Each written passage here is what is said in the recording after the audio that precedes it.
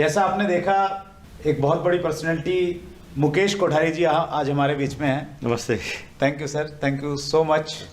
आपने अपने इतने व्यस्तम कार्यक्रम में से चैट विद सुरेंद्र चैनल के लिए टाइम निकाला। सर, जितना मैंने आपके बारे में जाना, आपने एक मिडिल क्लास फैमिली में से आपने अपना करियर शुरू किया, पढ़ाई लिखाई की, फिर प्राइवेट जॉब में आप आए और प्राइवेट जॉब से फिर आप डायरेक्ट सेलिंग में आए, पार्ट टाइम आए और पार्ट टाइम करते करते आपने इसमें सब कुछ आज आपके पास में है। गाड़ी है, बंगला है, शोहरत है, नाम है, कई सारे होटल्स हैं और मैंने देखा है कि जब आप मीटिंग्स में जाते हैं तो बाहर एक लंबी लाइन लगी रहती है ऑटोग्राफ लेने वाले लोगों की। तो ये जो सफ़र आपने शुरू किया था, सोचा था कि एक दिन सेलिब्रिटी बन जाएंगे? देखिए, सबसे पहले मैं आपको धन्यवाद देता हूं कि आपने मुझे अपॉर्चुनिटी दी कि मैं इंडिया की पब्लिक को जो भी मेरा अनुभव उसको शेयर करूं। बहुत बहुत धन्यवाद आपका कि आपने मुझे ये मौका दिया। अगर ट्रूली मैं इस बात को कहूं तो मैंने तो जीवन में कभी इस तरह के बारे में सोचा भी नहीं था। मैं एक मिडिल क्लास फैमिली में था और 6 भाई बहनों के परिवार में मैं सबसे छोटा था और मेरे फादर, जब मैं मात्र 9 साल का था तब मेरे फादर गवर्नमेंट सर्विस से रिटायर्ड हो गए थे। अच्छा। डिफेंस में थे वो। फिटनेस उनका साथ नहीं देती थी, वक्त से पहले उनको कंपल्सरी रिटायरमेंट लेना पड़ा। तो परिवार का जो भरण पोषण है ना, बड़ी कठिनाइयों से चला। इवन देन हमारे माँ बाप ने इतनी कठिन परिस्थितियों में हम बच्चों की एजुकेशन कराई और उनका ऐसा सपना था कि किसी तरह सबसे लास्ट वाला भी पढ़ जाए। अच्छा। और मेरे लिए तो हमेशा उनका ये सपना जो है मुझे हमेशा टेंशन देता था, क्योंकि मुझे पता था कि मेरी एजुकेशन कंप्लीट होने के बाद मुझे मेरी जिम्मेदारी को निभाना पड़ेगा और ऐसा ही हुआ। 19.5-20 साल के एज में जब मैंने बीकॉम किया तो उसके बाद मन में एक ही बात थी, क्योंकि जीवन में जब भी घर में कोई तनाव दिखता था तो तनाव की एकमात्र वजह होती थी पैसा। तो सबकॉन्शियस मन में ऐसा फिट था कि मैं बहुत ढेर सारा पैसा कमाऊं। अच्छा। लेकिन जब मैंने बीकॉम करने के बाद जब पहली बार नौकरी चालू की और जब मुझे पहली बार 750 रुपये की सैलरी मिली तो पता चल गया कि भाई सपने देखना बिल्कुल अलग बात है और उनको पूरा करना बिल्कुल डिफरेंट चीज़ है। और धीरे धीरे यूज टू होने लगा। 7-8 साल तक मैंने नौकरी की तो बड़े बड़े सपने तो मैं अपने आप को कॉम्प्रोमाइज़ कर चुका था और मुझे ऐसा लगता था कि किसी तरह मैं एक अच्छी खासी सैलरी वाला आदमी बन जाऊं, गाड़ी हो जाए, मकान हो जाए, छोटा मोटा 2 व्हीलर या छोटी मोटी कार हो जाए। इससे बड़े सपने मैंने देखे नहीं थे। इवन दिन जब मैं डायरेक्ट सेलिंग में आया था तब तक मुझे ये पता भी नहीं था कि डायरेक्ट सेलिंग होती क्या है। अच्छा। मुझे जब पहली बार डायरेक्ट सेलिंग के प्लान में बताया गया तो इतना ज़्यादा दिमाग मैंने नहीं लगाया। मैं सिर्फ इतना सोचता था कि भाई आज़ाद होना है तो बिजनेस करना पड़ेगा और बिजनेस करने के लिए तो पैसा चाहिए और दुकान लगानी पड़ेगी, आपको टाइम देना पड़ेगा और आपको रिस्क लेनी पड़ेगी। लेकिन जब इस बिजनेस के प्लान को, डायरेक्ट सेलिंग के प्लान को मैंने देखा तो पहली बार एहसास हुआ कि शायद यही बिजनेस मेरे लिए बना। और संघर्ष हुआ खूब, बड़ी आसानी से समझते नहीं थे। मैं जब 25 साल का था तब इस बिजनेस के अंदर आया। आज मुझे 18 साल का सफ़र इस बिजनेस के अंदर हो गया है। कोई मेरी बात नहीं मानता था। मैं जब भी किसी बड़े आदमी के पास या ज़्यादा एजेड आदमी के पास जाता था तो लोग बाग मुझे डिनाई करते थे कि तुम क्या जानते हो बिजनेस के बारे में, जो परंपरा दुनिया में हजारों सालों से चल रही है तुम एकदम उसकी विपरीत बात कर रहे हो, ऐसा संभव नहीं है। लेकिन जब जब भी वो ये बोलते थे कि ऐसा संभव नहीं है तो मेरे अंदर एक चैलेंज आता था और मैं इस बात को करने के लिए दौड़ पड़ता था। अच्छा। मुझे वो दिन याद है कि नौकरी के साथ छुट्टी मिलती नहीं थी। सैटरडे संडे जब कोई मुझे छुट्टी मिलती थी तो मैं अपने स्कूटर पर 200, 250 किलोमीटर का सफर तय कर लेता था। जब मुझे सिर्फ एक आदमी बोलता था कि मुझे प्लान समझना है, ज्वाइन नहीं करना। अच्छा। सिर्फ समझना है तो 250 किलोमीटर तक के सफर को मैं तय कर लेता था। आज मतलब ऐसा लगता है कि जीवन के सारे सपने पूरे हो गए। एक दिन हम सोचते थे 5 रुपये महीने की फीस, 5 रुपये सालाना फीस लगती थी सरकारी स्कूल में, मैं पढ़ता था तब। और आज मेरी गुड़िया जो है 25 लाख रुपए सालाना फीस में पढ़ती है। तो जीवन में कभी इस तरह का न तो कभी सोचा था, लेकिन आज वो सब सामने हुआ ड्यू टू डायरेक्ट सेलिंग। तो आपने जब इस इंडस्ट्री में आप आए तो आपका कोई बहुत बड़ा विजन नहीं था, मालूम नहीं था कि इंडस्ट्री क्या है, आने वाले समय में क्या होगा। तो जस्ट मतलब आपने ये सोचा कि भाई ट्रेडिशनल बिजनेस जैसा होता है तो ये भी एक वैसा बिजनेस होगा और मैं अपने सपने यहाँ से पूरे कर सकता हूँ। बिल्कुल। अगर इनिशियल स्टेज पे बात करें तो मेरे को सिर्फ इतना सा था कि भाई मैं जो काम कर रहा हूँ उससे कुछ एक्स्ट्रा ही होने वाला है और एक्स्ट्रा होने में अगर मेरे को अगर स्कूटर के पेट्रोल का खर्चा भी निकल रहे तो मुझे इस बिजनेस को कर लेना चाहिए। तो मैंने ज़्यादा दिमाग नहीं लगाया, क्योंकि मैंने एक बात अच्छी तरह से, जब मैंने पहली बार प्लान देखा तो मुझे अच्छी तरह से पता चल गया था कि इस बिजनेस में जानने लायक कुछ भी नहीं है, जहाँ कुछ सकता ही नहीं है। करेंगे तो आएगा और नहीं करेंगे तो नहीं आएगा। तो ये कंसेप्ट पहले दिन क्लियर था और इसलिए मैंने 12 घंटे की नौकरी होने के बाद भी पार्ट टाइम इस बिजनेस को करना चालू कर दिया। मतलब पार्ट टाइम इसको करके एक अच्छे मुकाम पे जाया जा सकता है। बिल्कुल, ये बिजनेस को इनिशियल में मैं सब लोगों को राय भी देता हूं ये कि आप जब तक अपने किसी भी परमानेंट काम को, जॉब को क्विट मत कीजिए जब तक आप एक स्टेज पर ना पहुंच जाएं। आपको डिसीजन लेने की जरूरत नहीं है, ये बिजनेस ऑटोमेटिक आपसे निर्णय कराएगा, आपको एक इसी सिचुएशन पे पहुंचा देगा, तब आप खुद डिसीजन लेंगे और वही डिसीजन आपके सही होंगे। आपको एडवांस में आगे होकर डिसीजन लेने की जरूरत नहीं है, वक्त बदलता जाएगा, आपके डिसीजन ऑटोमेटिक होते जाएंगे। Great sir, great sir. ये हम सब जानते हैं कि ये बिजनेस जो है सब कुछ देता है, नेम, फेम, गाड़ी, बंगला, शोहरत, सेलिब्रिटी जैसा आपको लाइफस्टाइल देता है। लेकिन इस बिजनेस में अभी हालांकि सरकार का रवैया बदला है, गाइडलाइन आ गई हैं, कंज्यूमर प्रोटेक्शन एक्ट में शामिल करने की बात की जा रही है, ये सारी चीज़ें तो हैं, लेकिन आज भी समाज में डायरेक्ट सेलिंग को वो सम्मान नहीं मिलता, वो इज्जत नहीं मिलती जिसकी शायद ये इंडस्ट्री हकदार है। तो क्या आपको लगता है कि ये स्थिति बदलेगी? देखिए, हकदार बहुत सारी चीज़ें होती है, लेकिन एक सामाजिक एक प्रोसेस होता है, नेचर का एक नियम होता है, उस नेचर के नियम के हिसाब से किसी को भी हक मिला करता है। मैं आपको एक छोटा सा एग्जांपल देना चाहता हूँ। आज के 80-90 साल पहले फिल्मों को भी सामाजिक मान्यता नहीं थी। हमारी परिवार की कोई लेडीज जो है ना, फिल्मों में नाच नहीं सकती थी, डांस नहीं कर सकती थी, और हमारे बुजुर्ग इसको एकदम निकृष्ट काम मानते थे कि भाई ये सभ्य समाज का काम नहीं है कि फिल्मों में डांस करना। और उस जमाने में जिन भी कलाकारों में इस इंडस्ट्रीज में अपना कदम रखा और संघर्ष किया, उसको हर व्यक्ति को उन सारी कठिनाइयों का सामना करना पड़ा। लेकिन धीरे धीरे ये बात लोगों को समझ में आई, और आपने क्या देखा कि धीरे धीरे जिन फिल्मों को चुप कर लोग बाग देखते थे और उन्हीं फिल्मों को आज कैसे देखते हैं। आज हमारा बच्चा, हाय डैडी मैं आज रात को लेट आऊंगा, मैं फिल्म देखने जा रहा हूँ। आज इतनी बड़ी सामाजिक मान्यता उसको मिल गई है। एक समय कोई भी बाप ये नहीं चाहता था कि मेरी जो बेटी है फिल्मों में डांस करे, और आज हर बाप चाहता है कि मेरी बेटी ऐश्वर्या राय बने। तो एक प्रोसेस है, समय लगेगा। समय इसलिए भी लगेगा क्योंकि इस बात को समझने में समय चाहिए, क्योंकि हमारे जितने भी लोग हैं जिनको हम बड़े पदों पर देखते हैं, जो बड़े बड़े पदों पर हैं, चाहे वो प्रशासनिक सेवा में हो, चाहे राजनीतिक में हो, उन सारे लोगों ने अपने जीवन में डायरेक्ट सेलिंग का नाम नहीं सुना। तो अगर उनसे हम आशा रखते हैं कि वो सीधा एक ही बार में समझ जाएंगे, ऐसा नहीं होगा। जैसे जैसे फिल्मों को समझने का मौका मिला, वैसे डायरेक्ट सेलिंग को भी धीरे धीरे समझेंगे, क्योंकि आज की तारीख में किसी भी कंट्री के पास हर बेरोजगार व्यक्ति को नौकरी देने का और या इसको इतना बिजनेस के प्रति कैपेबल बनाने का समय नहीं है। आज की तारीख में डायरेक्ट सेलिंग एक ऐसी इंडस्ट्री है जिसमें ईच एंड एवरी आदमी को पूरी अपॉर्चुनिटी है और इंडिपेंडेंट वो बिजनेस कर सकता है। तो थोड़ा समय लगेगा, लेकिन मुझे 100% लगता है कि समय के साथ जैसे फिल्मों की परिस्थितियां बदली है, उस तरह डायरेक्ट सेलिंग की बदलेगी। जज भी समझेंगे, पुलिस वाले भी समझेंगे। आने वाले समय में आप देखेंगे कि इस फील्ड का नाम नंबर 1 पर होगा। ऐसा तक भी, मैं तो कई बार अपने विजन की बात करता हूँ। मैं जब अपनी डायरेक्ट सेलिंग में जिस कंपनी में काम करता था, उसमें भी अपने विजन के बारे में बात करता था कि भाई तुम लगे रहो, ये कोई एक प्रोडक्ट का बिजनेस नहीं है। एक दिन ऐसा भी होगा कि तुम आसाम में तुम्हारी डाउनलाइन जो है वो भगवान के सामने बोलेगी ओम जय जगदीश हरे, तो तुम्हारे घर में आएंगे हरे हरे। तो मैं विजन की बात करता हूँ, और मैं विजन की बात करते हुए कहता हूँ आपको कि अभी आपको और हमें लगता है कि भाई डायरेक्ट सेलिंग जो इंडस्ट्रीज ऐसी है। मुझे अच्छी तरह पता है कि 1,75,000 की कार लेनी थी मुझे, मारुति 800 पहली, तो मुझे लोन नहीं दिया गया। क्यों नहीं दिया गया?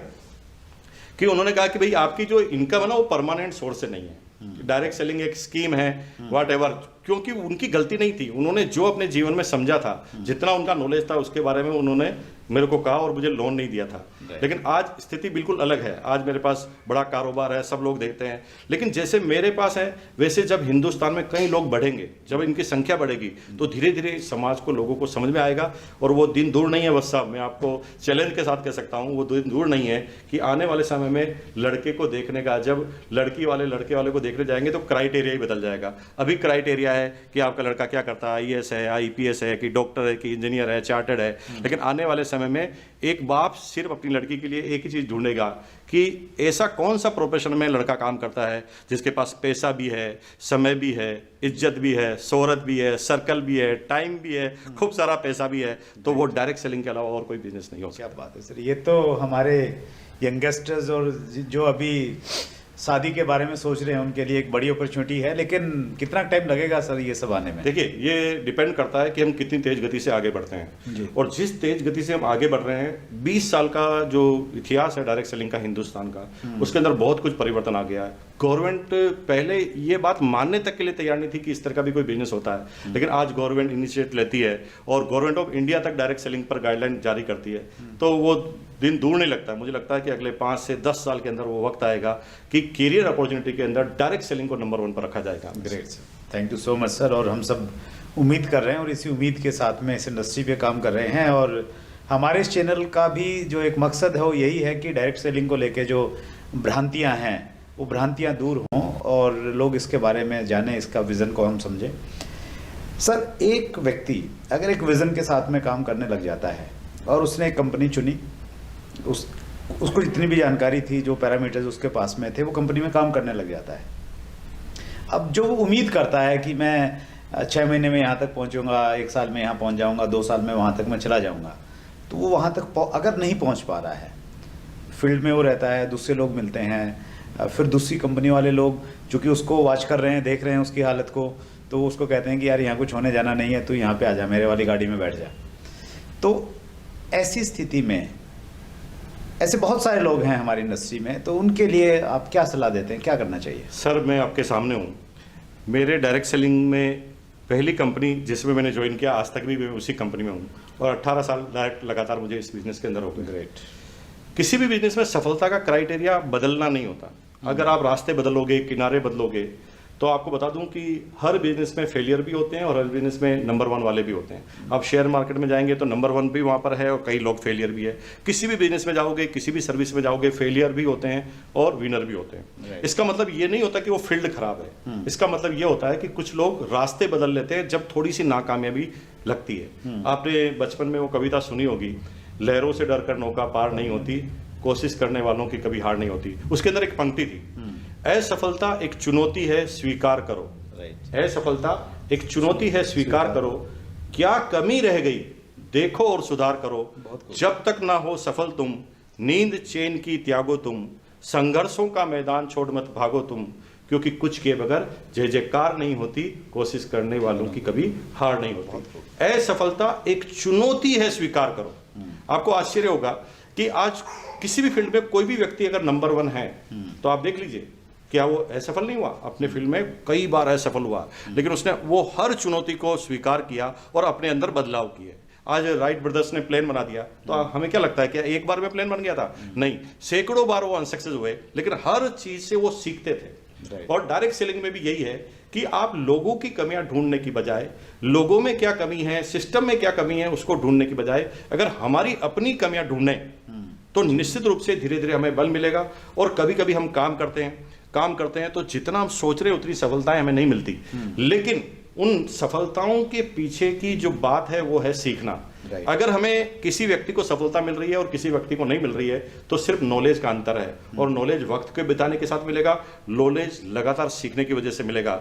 Labour under correct knowledge is equal to luck. जितनी आप करेक्ट नॉलेज के साथ लेबर करोगे उतना ही आपका लक चलने वाला। Great sir. तो मैं ये मानूं कि भाई एक व्यक्ति को अगर सक्सेस नहीं मिल रहा है तो वो ये नहीं सोचे कि यार कंपनी खराब है, प्रोडक्ट खराब है, अपलाइन मेरी निकम्मी है, ये नहीं सोचे, वो नहीं सेल्फ एनालिसिस करे। इसमें मैं थोड़ा सा अलग बात कह रहा हूँ। मैं इसके अंदर थोड़ा सा ये कहना चाहता हूँ कि सबसे पहले सिलेक्शन ही कंपनी होता है। अगर आपको ये पता ही नहीं कि डायरेक्ट सेलिंग क्या है, मनी सर्कुलेशन स्कीम क्या है, मेंबर बनाने वाली 50 कंपनियां हैं। गवर्नमेंट ऑफ इंडिया के साथ यही तो शुरुआत में प्रॉब्लम थी। मनी सर्कुलेशन में भी मेंबर बनाते और डायरेक्ट सेलिंग जो प्रोडक्ट सेल का काम करती वो भी मेंबर बनाते। तो जिन लोगों ने डायरेक्ट सेलिंग नहीं समझा वो तो दूर से देखकर ऐसे लगाते थे कि ये भी मेंबर बनाते हैं, ये भी मेंबर बनाते हैं, तो दोनों एक ही तरह के हैं। तो बात इसकी नहीं है। डायरेक्ट सेलिंग क्या है, आप सबसे पहले सोचिए डायरेक्ट सेलिंग क्या है, इसकी स्टडी कीजिए और परफेक्ट डायरेक्ट सेलिंग आपको चूज करनी है। डायरेक्ट सेलिंग चूज करते वक्त आप ये देखें कि हमारा समय, हमारा स्थान, हमारी परिस्थिति के हिसाब से कौन सी कंपनी सूट करती है, यानी उसके प्रोडक्ट की रेट क्या है, प्रोडक्ट की क्वालिटी क्या है, उनका सिस्टम यानी एजुकेशन सिस्टम क्या है, इनको आपको चयन करना है। दूसरा, आप देखें कि कहीं छुपी हुई चीज तो नहीं है अंदर, क्योंकि डायरेक्ट सेलिंग में प्रोडक्ट में से इनकम आती है। डायरेक्ट सेलिंग में किसी चीज को मंत्रने से इनकम नहीं आती। कई बार मैंने देखा है, कई बार लोग कहते हैं कि साहब आपकी कंपनी के पास भी प्रोडक्ट है, हमारी कंपनी के पास प्रोडक्ट है। तो मैंने उनसे कहा भाई आपकी कंपनी का क्या प्रोडक्ट है, तो उन्होंने कहा साहब हमारी कंपनी का ये पेन है। मैंने कहा ये पेन कितने का है, वो कहते हैं 1500 रुपये का है। मैंने कहा भाई पेन तो मार्केट में 5 रुपए का, 10 रुपए का, 20 रुपए का या 50 रुपए का, अच्छा लो तो 100 रुपए का आता है, तुम्हारे प्रोडक्ट में ऐसी क्या खास बात है? तो वो मुझे बताते हैं कि साहब ये जो पेन है ना, किसी मंदिर में मंतर के लाए हैं। अच्छा। तो यहाँ पर क्या होता है कि वो उस कॉस्ट को छुपाते हैं, उस बात को छुपाते हैं और अल्टीमेट वो रेट में मनी सर्कुलेशन का काम करते हैं। तो आपको ये ध्यान रखना है कि डायरेक्ट सेलिंग की कंपनियां जो है वो प्रोडक्ट बेस होती है और प्रोडक्ट हमेशा उसी रेट में जो मार्केट रेट में अवेलेबल है उसी रेट का प्रोडक्ट होना चाहिए। अक्सर हमने देखा है कि डायरेक्ट सेलिंग की कंपनियां बहुत महंगे महंगे प्रोडक्ट लेकर आती है सिर्फ इस बात पर, हो सकता है उनकी क्वालिटी अच्छी हो सकता है, मैं ये भी मानता हूं कि वो मार्केट से डबल अच्छी होती है, लेकिन वो मार्केट से 10 गुना ज्यादा रेट पर मिलती है, ये बात मुझे हजम नहीं होती। तो कंपनी सिलेक्शन इज मस्ट। सबसे पहले आपको कंपनी सिलेक्ट करनी है और कंपनी अगर एक बार सिलेक्ट करनी है तो ध्यान को भंग नहीं करना है, इधर उधर नहीं करना है। एक कंपनी पे आप लगातार लगे रहें, क्योंकि सफलता मिलेगी वहीं पर लगातार नॉलेज लेने से। तब तक लगे रहो जब तक पाताल तोड़ कुआं नहीं बन जाए। और गारंटी लेता है मुकेश कोठारी, जिसने जीवन में अपनाया है। 18 साल हो गए और आज सब कुछ है हमारे पास। Great sir. मैं आपके बारे में जब पढ़ रहा था तो मैंने ये पाया कि जैसे इस बिजनेस की नेचर है कि ये कभी ऊपर जाता है कभी नीचे जाता है, तो आपने स्टार्टिंग में स्ट्रगल किया और आपका बिजनेस वॉल्यूम 1 करोड़ से ज़्यादा पहुंचा और वहाँ से फिर वो डाउन हुआ और डाउन होते होते 2 लाख पे आ गया। तो ऐसी स्थिति में पॉजिटिव कैसे रहा जाता है? देखिए, ये मेरे लिए एक बहुत बड़ा मुश्किल समय था और मैं थोड़ा सा बता दूं, मैंने कभी बोला नहीं कि मैं इन दोनों डिप्रेशन में भी आ गया था। अच्छा। क्योंकि जब हम तेज गति से आगे बढ़ते हैं तो सबसे पहले सीखना बंद करते हैं। आदमी सक्सेस को पचा नहीं पाता। जब वो तेज गति से आगे बढ़ता है तो सबसे पहले उसके कान बंद हो जाते हैं। उसे थोड़ी गलत फहमी हो जाती है कि जो मैं सोच रहा हूँ, जो मैं कर रहा हूँ वही सही है, तभी तो मैं सक्सेस हूँ। और यही चीज एक व्यक्ति को खत्म कर देती है। अंग्रेजी की कहावत आपने सुनी होगी, परफेक्शन इज पैरालिसिस। अगर आप सोचते हैं कि आप परफेक्ट हैं तो समझ लो लकवा लग गया है। और मेरे साथ यही था कि जब मैं तेज गति से आगे बढ़ा तो मैंने सीखना बंद कर दिया। मुझे लगा कि मैं ही सबसे परफेक्ट हूं और उसकी वजह से मेरी टीम में बहुत प्रॉब्लम आई। इतनी प्रॉब्लम आई कि मैं उसको एक समय बाद हैंडल नहीं कर पाया और बिजनेस धड़ाधड़ गिर गया और मैं डिप्रेशन का शिकार हो गया। मेरे पास दो ही तरीके थे, या तो मैं वापस नौकरी चालू कर दूं, आम आदमी की तरह जीवन जीऊं, या फिर मैं एनालिसिस करूं। अच्छा। तो हरिवंश, ये जो मैंने अभी कविता आपको बताई, उस कविता में ये एक बात थी कि असफलता एक चुनौती है, स्वीकार करो। और मैंने सबसे पहले इस उंगली को अपने ऊपर रखने की बजाय, सामने वाले के ऊपर रखने की बजाय अपने ऊपर रखना चालू किया। क्योंकि जिसके ऊपर भी मैं उंगली कर रहा हूं उसको मैं चेंज नहीं कर सकता। मैं कहूं कि साहब मौसम खराब हो गया इसलिए मेरा बिजनेस खराब हो गया, तो मौसम को मैं चेंज नहीं कर सकता। मैं कहूं कि मेरी बीवी खराब है इसलिए बिजनेस, तो मैं बीवी को चेंज नहीं कर सकता। मैं कहूं कि साहब राजनेता खराब है तो राजनेता में मैं कुछ नहीं कर सकता। यानी मुझे यही सोचना पड़ेगा कि अगर यही खराबी की वजह से, डाउनलाइन अपलाइन की खराबी की वजह से मेरा बिजनेस डाउन हुआ, तो फिर सबका डाउन होना चाहिए। ऐसा क्यों है कि मेरा अकेले का डाउन हो रहा है, दूसरे का बढ़ रहा है? तो हम उंगली उठाकर लोगों की कमियां ढूंढने के बजाय अपनी कमियां ढूंढें, और जिस दिन अपनी कमियां ढूंढेंगे तो 100% हम उसमें सफल होंगे। और उन दिनों आपको आश्चर्य होगा कि मैंने एक पूरी किताब लिख डाली। कभी वो पब्लिश नहीं हुई किताब। कोशिश करता हूं कि कभी भविष्य में टाइम मिले तो मैं उस किताब को कंप्लीट करूं। मैंने लिखा है कि मेरी MLM में गलतियां, मल्टी लेवल मार्केटिंग में मेरी गलतियां, और मैंने YouTube पे उसका जिक्र भी करना चालू कर दिया। अभी 9 गलतियां तक आ गई और मैं लगातार 100 गलतियां तक उसके अंदर जिक्र बहुत करूंगा। अच्छा चैनल है और मैं भी उसको बहुत पसंद करता हूँ। वो एक अल्टीमेट चीज़ है सर। बस यही है कि जो अनुभव है, किसी तरह से जो समय हमें लगा वो लोगों को नहीं लगे, क्योंकि समझदार लोग जो होते हैं ना वो हमेशा अनुभवी आदमियों से सीख जाते हैं। और हो सकता है कि मैंने अपनी अपलाइनों से शुरुआत में ज़्यादा नहीं सीखा, इसलिए मुझे टाइम लगा। लेकिन मैं नहीं चाहता कि मेरे टीम में या हिंदुस्तान के लोग है ना मेरी कमियों से नहीं सीखे। जो कम से कम मैंने गलतियां की वो कम से कम आप लोग ना करें, डायरेक्ट सेलिंग के लोग नहीं करें, ऐसी मेरी आशा रहती है। और इसलिए मैं इस तरह का चैनल लॉन्च किया। और आपके चैनल को भी मैंने इसीलिए चयन किया कि आप एक नेक्स्ट सब्जेक्ट पे बात कर रहे हैं कि जब डायरेक्ट सेलिंग के इतिहास में सामाजिक मान्यता का बात आएगी ना बस साहब, तो आपके चैनल को याद किया जाएगा। अभी ये बात आपको मजाक लग रही है, लेकिन ये बात आपको मेरी बात याद रखनी है, मेरे को क्रेडिट मिलना चाहिए इसका। Sure sir, thank you so much sir. तो अगर बिजनेस डाउनफॉल हो रहा है तो उसमें घबराएं नहीं, एनालिसिस करें और सीखें, उसमें सीखना बंद नहीं करें। तो सीखने के जो भी प्रोसीजर हैं, अपलाइन की बात को मानना है या टेप सुनना है या किताब पढ़ना है, उसको सीखेंगे तो फिर उससे बाहर आ जाएंगे हम। ट्रेनिंग भी अगर आप लगातार करते रहेंगे तो निश्चित रूप से सुधार आएगा। That's great sir. सर, अगर हमें बिजनेस में आगे बढ़ना है, चूंकि ये रिलेशनशिप का बिजनेस है, तो लोगों के साथ संबंध अच्छे होने चाहिए। और मैंने सतीश पंडित को सुना, जो एक बहुत बड़ा नाम है इंडस्ट्री में, तो वो लिखते हैं, वो उनका टेप है एक यूज 10%, तो उसमें वो कहते हैं कि भाई इस बिजनेस में जो 90% रोल है वो आपके अपलाइन का है और 10% रोल आपकी डाउनलाइन का है। तो ये बड़ा कंफ्यूजिंग लगता है ये पॉइंट, जब इसकी डेप्थ में जाते हैं तो वो चीज़ सही नज़र में आती है। 10% रोल आपका है और 90% अपलाइन का है सर। अपलाइन का है। तो अब चूंकि 90% रोल अपलाइन का है, तो मैं चाहता हूं कि मेरी अपलाइन का फोकस, उनकी कृपा दृष्टि मेरे पे बनी रहे, उनकी प्रॉपर डायरेक्शन मेरे को मिले। तो एक अच्छी डाउनलाइन बनने के लिए मुझे क्या करना पड़ेगा? देखिए, अच्छी डाउनलाइन बनने के लिए सिंपल एक शब्द में बात कर सकता हूँ।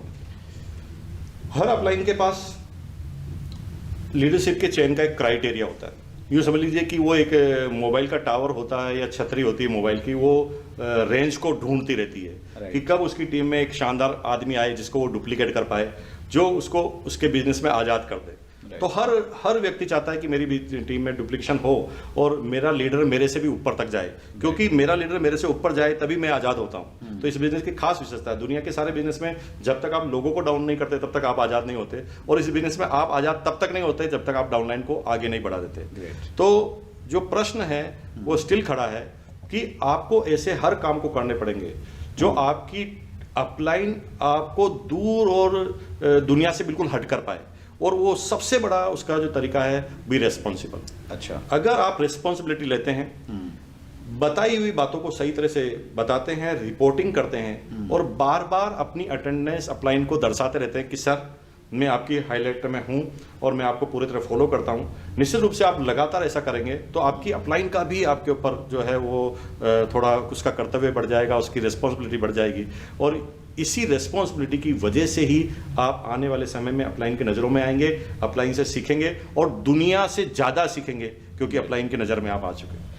मतलब अगर एक अपलाइन की डाउनलाइन में हज़ारों लाखों लोग हैं, तो हमें आगे होकर रिस्पॉन्सिबिलिटी लेनी, कुछ ऐसा करना पड़ेगा कि उनको लगे कि नहीं, ये जो है मेरा आने वाले समय का डायमंड है। Be responsible. That's great sir. और मैं एक अच्छी डाउनलाइन तो बनना चाहता हूँ, लेकिन साथ में मैं एक अच्छी अपलाइन भी बनना चाहता हूँ। Be responsible.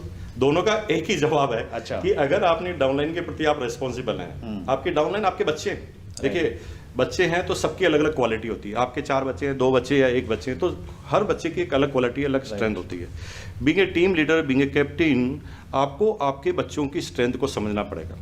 हर बच्चे की, जैसे आप क्रिकेट का मैच खेलते हैं तो क्रिकेट का मैच केवल बॉलर नहीं जिताते, कोई केवल बैट्समैन नहीं जिताते, केवल फील्डर नहीं जिताते, पूरी टीम होती है तब जब कोई क्रिकेट का मैच जीतता है, जिसमें बॉलर का भी एक रोल है, विकेट कीपर का भी है, फील्डर का भी है और बैटिंग करने वालों का भी है। तो इसी तरह से जैसे क्रिकेट का कैप्टन अपनी टीम के साथियों की ताकत को समझता है, उसी तरह आपको समझनी पड़ेगी अपनी टीम की ताकत। और जिस दिन आप अपनी टीम की ताकत समझने में कामयाब हो गए, आपकी टीम को आगे बढ़ने से कोई रोक नहीं सकता, क्योंकि आप सही जगह पर सही व्यक्ति का इस्तेमाल करेंगे। कोई आदमी बोलने में बहुत अच्छा है, कोई आदमी प्लान बताने में बहुत अच्छा है, कोई आदमी फील्ड वर्क करने में बहुत अच्छा है, तो आपको हर व्यक्ति की स्ट्रेंथ के हिसाब से उसकी क्वालिटी को उभारना पड़ेगा। ये हमेशा अपलाइन की ड्यूटी रहती है। दैट्स ग्रेट सर, बहुत बढ़िया सर, बहुत अच्छी जानकारी आपने दी सर।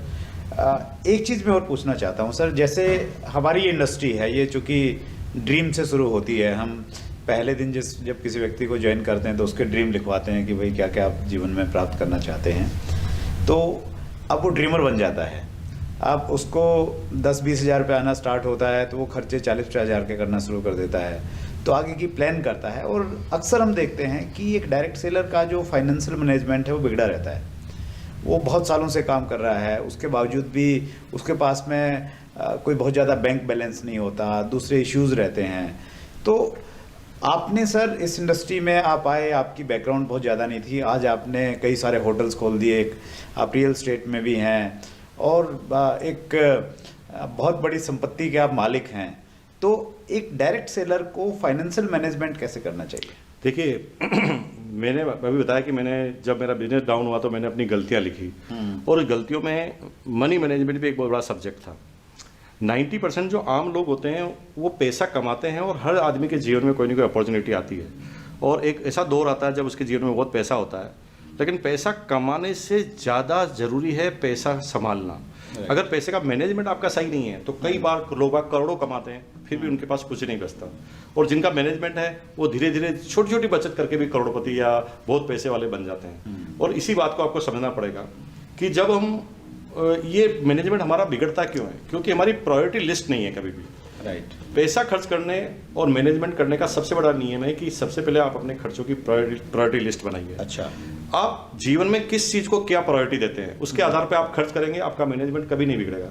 जैसे मैंने प्रायोरिटी बनाई कि मेरी पहली प्रायोरिटी है फैमिली, यानी फैमिली के लिए जो भी मेरी रिस्पॉन्सिबिलिटी है, उनके एजुकेशन को लेकर, उनके स्वास्थ्य को लेकर, उनके खान पान, उनके कपड़े को लेकर, जो मेरी इकोनॉमिकल पावर है उसके अनुपात में जो मेरी ड्यूटी है उसका मेरा पहला काम मैं वो करूंगा। तो मेरी पहली रिस्पॉन्सिबिलिटी या मेरी पहला जो क्या कह रहा था मैं, पहले जो प्रायोरिटी है वो मेरी है फैमिली, और दूसरी प्रायोरिटी है बिजनेस। अब दूसरी प्रायोरिटी बिजनेस है तो बिजनेस भी पहली प्रायोरिटी से कम नहीं है, क्योंकि मेरी पहली प्रायोरिटी पूरी होती है दूसरी प्रायोरिटी से। राइट राइट, ठीक है ना। और फिर तीसरी मैंने लगाई कि मेरे को अब लग्जरी चीज चाहिए, मेरे को लाइफस्टाइल चाहिए, तो मेरी तीसरी प्रायोरिटी है ना। समाज है तो मेरी चौथी प्रायोरिटी है, क्योंकि जब तक हम खुद ही मजबूत नहीं है तो समाज का क्या काम करेंगे। तो अब मैंने उस प्रायोरिटी के हिसाब से खर्चा करना चालू किया 2002 के बाद। अच्छा। जनरली लोग क्या करते हैं, हर आदमी का ड्रीम होता है कि जब वो मार्केट में देखता है बहुत अच्छा वाला मोबाइल आया हुआ है तो हर बंदा सोचता है कि इस बार मेरा चेक आएगा तो मैं बढ़िया वाला मोबाइल लूंगा। हमें यहाँ पर इस बढ़िया वाले मोबाइल या इस लग्जरी सेगमेंट में नहीं जा सकते थे इस समय। इस समय हमें देखना चाहिए कि हमारे बिजनेस के लिए जरूरत क्या है। हो सकता है मोबाइल आपके लिए बहुत जरूरत है, तो आप सेम फीचर जो आपके बिजनेस में फीचर काम आते हैं उस फीचर का आप मोबाइल लेके काम चला सकते थे। लेकिन आपका 30,000 का चेक आया और आपने 40,000 का मोबाइल खरीद लिया, 10,000 और आपने कर्जा कर लिया। तो अक्सर जो लोग प्रायोरिटी के हिसाब से निर्णय नहीं लेते, प्रायोरिटी के हिसाब से डिसीजन नहीं लेते, वो आने वाले समय इकोनॉमिकल संघर्ष में फंस जाते हैं। प्रायोरिटी लिस्ट बनाएं और प्रायोरिटी लिस्ट के हिसाब से खर्च करें। और कुछ हमारी ट्रेनिंगों में होता है, हालांकि बहुत लंबा सब्जेक्ट है, ट्रेनिंग में होता है कि हम किस तरह से जो पैसा आता है उसको मैनेज करें। अगर हमारे को अगर 50,000 आता है तो हमें 5,000 बिल्कुल अलग ही निकालना है पहले, और हमें मेंटली प्रिपेयर होना है कि 45,000 दिया है, और उसके हिसाब से आपको लिस्ट बनानी पड़ेगी। तो 5,000 का क्या करना है सर? 5,000 का जब आप इनिशियल में रखेंगे शुरुआत में, तो एक पॉकेट नहीं बनने तक आप उसको बैंक में फिक्स डिपॉजिट में पैसा घुमाएंगे।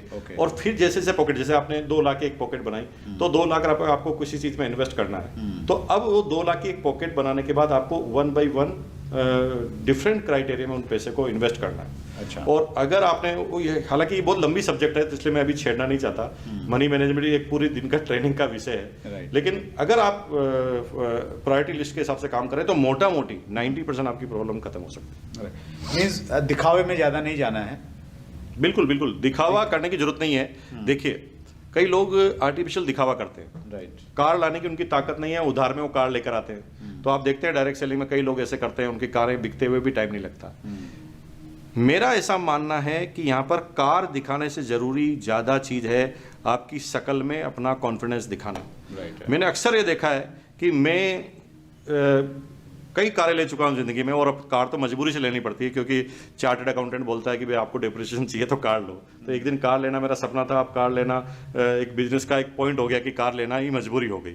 तो ये समय के साथ बदल गया। अब मेरी कोई कार प्रायोरिटी नहीं है, मुझे पता है कार चाहिए तो कार मैं ले लेता हूँ, और मैं चाहता हूँ तो मैं कार लूँ या हेलीकॉप्टर लूँ, मेरे लिए कोई ज़्यादा प्रॉब्लम नहीं है, मैं वो ले सकता हूँ। लेकिन मेरी प्रायोरिटी लिस्ट में नहीं है, मेरी प्रायोरिटी लिस्ट अभी कुछ और है, और उस प्रायोरिटी लिस्ट पे मैं काम कर रहा हूँ। और जब प्रायोरिटी लिस्ट पे हम काम करते हैं तो इकोनॉमिकल संघर्ष में हम कभी फंस नहीं सकते। आपको दिखावा ज़्यादा करने की जरूरत नहीं है। मेरे पास नहीं है सर अभी मर्सिडीज कार और रोल्स रॉयस नहीं है, फिर भी आप मेरा इंटरव्यू ले रहे हैं क्योंकि मेरे कॉन्फिडेंस से दिख रहा है, और आप तभी तो मेरा इंटरव्यू ले रहे हैं, बाकी तो आप आम आदमी का भी ले सकते थे। तो यही चीज़ आपको समझनी है। जब आपको इनकम आएगी, जब आप कामयाब होंगे तो आपकी शक्ल से पता चलेगा, लोग आपकी तरफ खींचे चले आएंगे। Right right right. सो ये सर एक डायरेक्ट सेलर से लेके आपके आज बड़े बड़े होटल्स हैं 3 स्टार, तो ये प्रॉपर्टी संभव है सर डायरेक्ट सेलिंग में? सर आपके सामने है, आपके सामने ही किया। मेरा तो आप शुरू से आप देखिए कैरियर, बिलोड़ा में जाइए, जिस कंपनी में काम किया 750 रुपये से नौकरी चालू की, आज ये सब कुछ है। तो इसी बिजनेस में अगर ये बिजनेस नहीं होता तो मुझे नहीं लगता कि मेरे पास इस तरह की कोई अपॉर्चुनिटी थी। आने वाले समय में ये संघर्ष का दौर लगभग खत्म हो गया। आने वाले समय में ये इंडस्ट्रीज इतनी ग्रो करने वाली है क्योंकि इसके सही पत्ते तो अब खुलने वाले हैं इस इंडस्ट्रीज के। जैसे जैसे समाज के लोग इसको मान्यता देंगे, आने वाले समय में लोग बाग फर्स्ट प्रेफरेंस से इस बिजनेस को करेंगे। आने वाले समय में मेरा ऐसा मानना है, मेरा ऐसा विजन कहता है। Great sir. सर मैंने आपको यूट्यूब पे सुना है और मैंने आपको लाइव भी सुना है।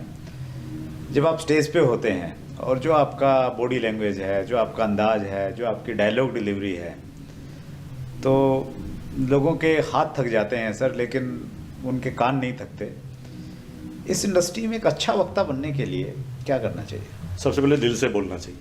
अच्छा। जब भी हम आर्टिफिशियल टाइप कोई भी चीज़ बोलेंगे, और कई बार हम किताबी ज्ञान से इस तरह से भारी हो जाते हैं कि जिस चीज़ से प्रैक्टिकल हम कन्वेंस ही नहीं है, उसको भी हम किताब में लिखा हुआ इसलिए बोल देते हैं। राइट। मैं ये नहीं कह रहा हूँ कि किताब में गलत लिखा होता है, हो सकता है किताब में सही लिखा हो, लेकिन आप उस चीज़ से तो कन्वेंस होने चाहिए। राइट। जब तक आप कन्वेंस नहीं है तब तक आप बोलेंगे, तब तक आपकी बात पर असर नहीं होगा। मैं एक छोटा सा एग्जाम्पल दे देता हूँ आपको। राइट। कि मैंने गदर फिल्म देखी ही नहीं, और मुझे कोई कहे कि ये 100 रुपये ले लो और आप गदर फिल्म की तारीफ करके आओ, राइट, तो मैं क्या तारीफ करूंगा? अगर मैं 100 रुपए के लालच में तारीफ करूंगा तो मैं आर्टिफिशियल बात करूंगा कि गदर फिल्म बहुत अच्छी है, मैंने देखी थी, तुम भी देख लो। हाँ। कोई प्रभावित नहीं होगा।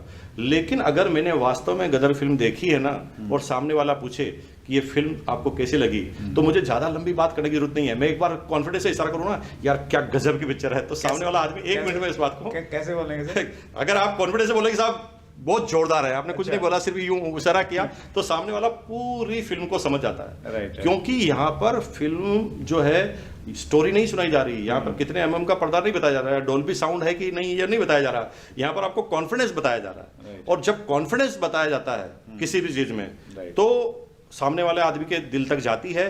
लेकिन कॉन्फिडेंस तभी आता है जब आपने खुद ने उसका अनुभव लिया है। तो आप किसी भी, मैं कई बार डायरेक्ट सेलिंग में देखता हूँ कि लोग आप प्रोडक्ट इसलिए सेल करते हैं कि इसके अंदर बहुत अच्छा बिजनेस वॉल्यूम या बहुत अच्छा पैसा मिलता है। नहीं मेरे भाइयों, ये बिल्कुल गलत तरीका है। किसी भी प्रोडक्ट के बारे में तब तक नहीं बोलना जब तक कि आप उसके बारे में कन्विंस ना हो। और अगर आप कन्विंस हैं तो अंदर से आवाज़ निकलेगी, आपको आश्चर्य होगा कि ऑटोमेटिक लोग बाग उस बात को समझ जाएंगे। और मैं अक्सर यही करता हूँ, जब मैं स्टेज पर बात करता हूँ तो आप देखना मेरी कई टेप मार्केट में हैं, कई वीडियो मिल जाएंगे यूट्यूब पे। ऐसी कोई बात मैंने आज दिन तक बोली नहीं जो किसी किताब में लिखी है। अच्छा। मैं तो लोगों को पढ़ता हूँ, लोगों से अगर कन्विंस होता हूँ तो उस बात को अलग अलग जगह से लेकर एक जगह डिलीवर कर देता हूँ। लोग बाग प्रभावित हो जाते हैं। और आप भी, जब कोई भी आदमी जब कॉन्फिडेंस से बोला तो सामने वाला प्रभावित होता ही है। बिल्कुल फाइनल। बॉडी लैंग्वेज आपकी बहुत ज़बरदस्त रहती है सर। ऐसा लगता है कि जैसे आपने किसी ट्रेनिंग स्कूल से जाके उसका प्रॉपर प्रशिक्षण लिया है। नहीं, ऐसा कुछ नहीं लिया। मैं तो ये भूल ही जाता हूँ कि मैं जब स्टेज पे बात करता हूँ तो मैं क्या हूँ।